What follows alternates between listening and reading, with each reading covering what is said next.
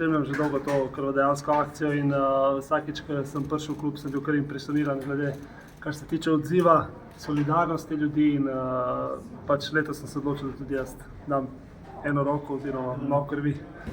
Jaz moram priznati, danes, da se kar domače vsi to počutijo, tudi tisti, ki so prišli prvič.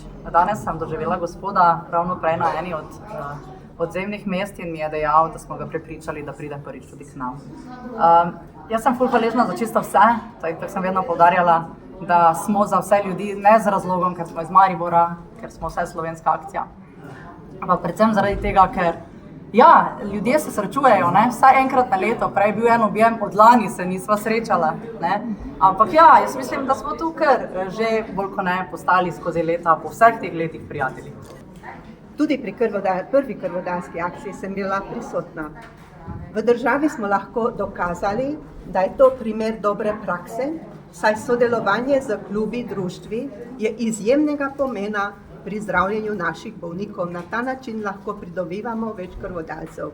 Torej, z omenjeno krvodajalsko akcijo lahko pomagamo našim bolnikom, saj na ta način pridobimo več krvodajalcev. Znani obrazi nam pri tem pomagajo, mi smo jim zelo hvaležni, res občudujemo njihove psihofizične sposobnosti, tako v Mariboru kot v celotni Sloveniji, in res smo ponosni na vse naše športnike. Rdeči križ namreč že preko 70 let skrbi za to, da organizirano krvodajalstvo v Sloveniji poteka skupaj z strokovno službo, v našem primeru je to Center za vrhunsko medicino Univerzitetnega kliničnega centra. Zelo uspešna akcija, predvsem, kot je rekla predhodnica, ta akcija služi javnemu ozaveščanju. Da je lahko pravzaprav vsakdo krvodajalec, to je tisto naše glavno sporočilo, če je le zdrav, lahko se udeleži krvodajalske akcije.